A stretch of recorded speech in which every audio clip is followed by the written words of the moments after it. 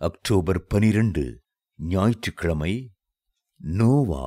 விசுவாசத்தினாலே நோவா தற்காலத்திலே காணாதவைகளை குறித்து தேவ எச்சரிப்பு பெற்று பயபக்தி உள்ளவனாகி தன் குடும்பத்தை ரட்சிப்பதற்கு பேழையை உண்டு பண்ணினான். எபிரேயர் 11:7.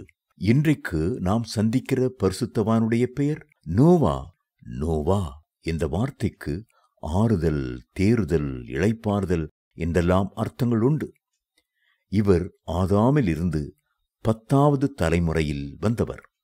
லாமேக்கின் மகன், மெத்துசாலாவின் பேரன். இவர் 500 வயதை அடையும் மட்டும் இவரை பற்றி வேதத்தில் ஒன்றும் சொல்லப்படவில்லை. இவருக்கு 3 குமாரர்கள் இருந்தார்கள், 3 மருமக்கள்மார் இருந்தார்கள். நோவாவின் நாட்களில் ஜனங்கள் இம்மைக்காகவே வாழ்ந்து பெண் கொண்டும் பெண் கொடுத்தும் புசித்தும் குடித்தும் நாட்களை கழித்து கொண்டிருந்தார்கள். மனிதனின் இருதயத்து நினைவுகளின் தோற்றமெல்லாம் நித்தமும் பொல்லாததாகவே இருந்தது. ஆதியாகமம் 6:5. உலகம் நியாயத்தீர்ப்புக்குள்ளாகவும் ஆக்கினைக்குள்ளாகவும் விரைந்து சென்று கொண்டிருந்ததை நோவா கண்டார். முதலாவதாக தன்னுடைய ஆவியிலே ஒரு எச்சரிப்பை பெற்றார். இரண்டாவதாக அவருக்குள்ளே பயபக்தி உருவானது. மூன்றாவதாக வரப்போகிற அழிவிலிருந்து குடும்பத்தை தப்புவிக்க வேண்டுமே என்று எண்ணினார். நான்காவதாக அதற்காக ஒரு பேழையை உண்டு பண்ணினார். ஐந்தாவதாக அவர் விசுவாசத்தினால் உண்டாகும் நீதிக்கு சுதந்திரவாளியானார். பூர்வ உலகத்தையும் தப்பவிடாமல் நீதியை பிரசங்கித்தவனாகிய நோவா முதலான 8 பேரை காப்பாற்றி அவபக்தி உள்ளவர்கள் நிறைந்த உலகத்தின் மேல் ஜலப்பிரளயத்தை வரப்பண்ணினார்.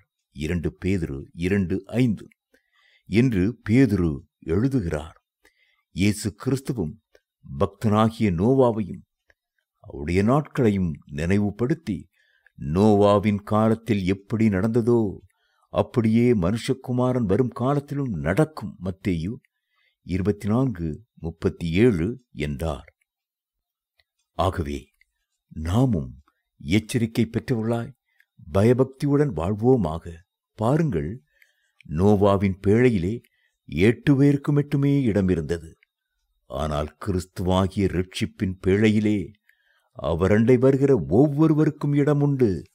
மனிதனுடைய இருதயத்தின் நினைவுகள் நித்தமும் பொல்லாதவைகளாகவே இருந்ததே. நோவா காலத்தில் கொடிய நியாய தீர்ப்பாகிய வெள்ளப்பெருக்கு பூமிக்கு வந்ததன் முக்கிய காரணமாயிருந்தது. கர்த்தர் அவர்களுடைய எண்ணங்களையும் சிந்தனைகளையும் செயல்களையும் நியாயம் தீர்த்தார்.